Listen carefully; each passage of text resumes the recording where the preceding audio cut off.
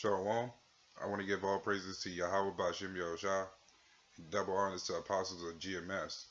And I wanted to get into a quick subject, something small about responsibility. Not well, responsibility in the truth. So, I mean, we as brothers have been going through the same thing, dealing with Esau, dealing with other niggas and other nations that go against us, including other brothers that, not even brothers, other camps that want to go against us. But we also tend to go against each other when we have a solemn duty to the Lord. And with that, we as brothers should be actually staying together because that's all we have. We have nobody else to back us up. Not like it matters. I mean, because in the truth, all we need is each other. All we need is the Lord. But there has to be a balance between cussing out the white man, niggas, and other camps when we got ourselves to worry about. When we need to also get right, uplift other brothers that may be falling, because that's also our job in in the Lord's commandments. And I want to get this quick scripture. Let me see. This is Salakia. This is Galatians 6:4. But let every man prove his own work.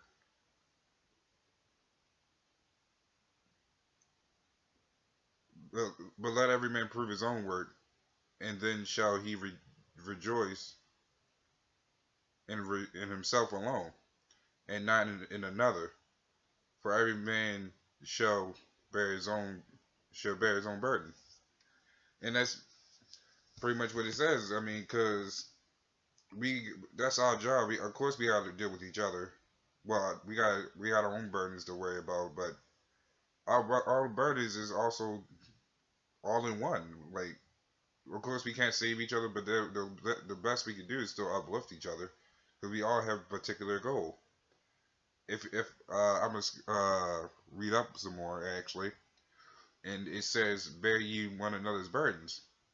Now, when you look at that, you read the other scripture. Of course, other brothers may understand this, but this is also for people that are new into this thing. It tell you one thing, but then it tells you another thing.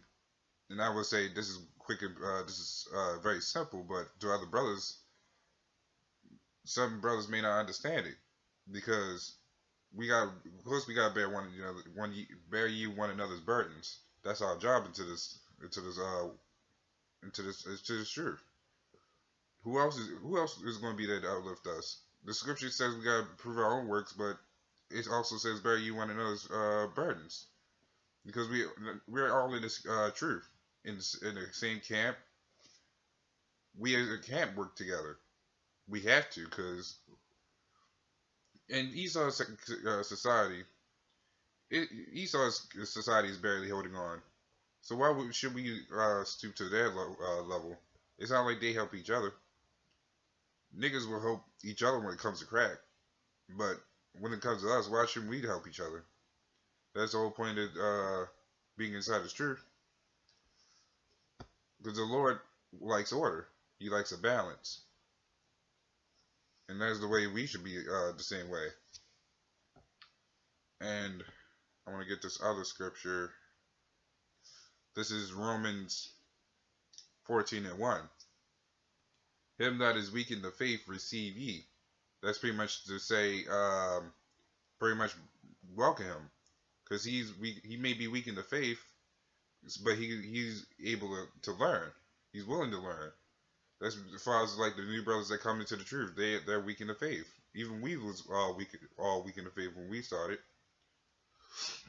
But not to doubtful disputations. Now that's pretty much saying that if this brother's weak in the spirit, but he's having doubts about what we teach, then he shouldn't really be into our fold, because into the Lord's fold, because anytime you have to doubt what the Lord has given to us, that proves that you're not right. For one believeth that he may eat all things, another who is weak eateth herbs. And eating herbs is healthy. This truth is healthy. So as a brother, you gotta uplift him. You gotta give him that healthy herb. You gotta teach him. That is our job as teachers amongst our own amongst our own camps. Not only to these people that we gotta wake up to the elect, far as the one that may be spread out there.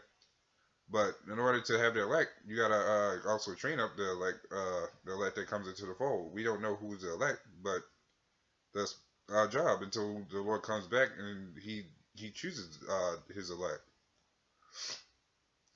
Let him that eateth despise him that eateth not. Uh,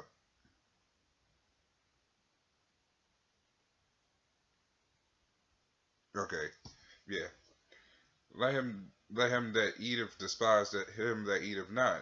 Pretty much, if you see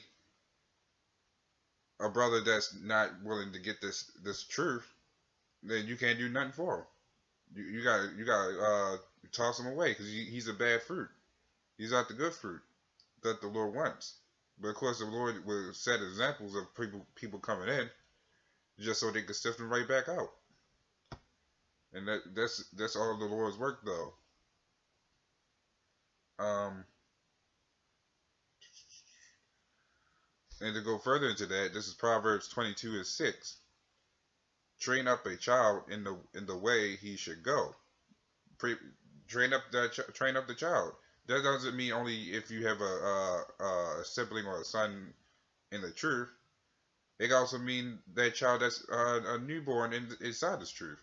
He is a child. We're technically all children.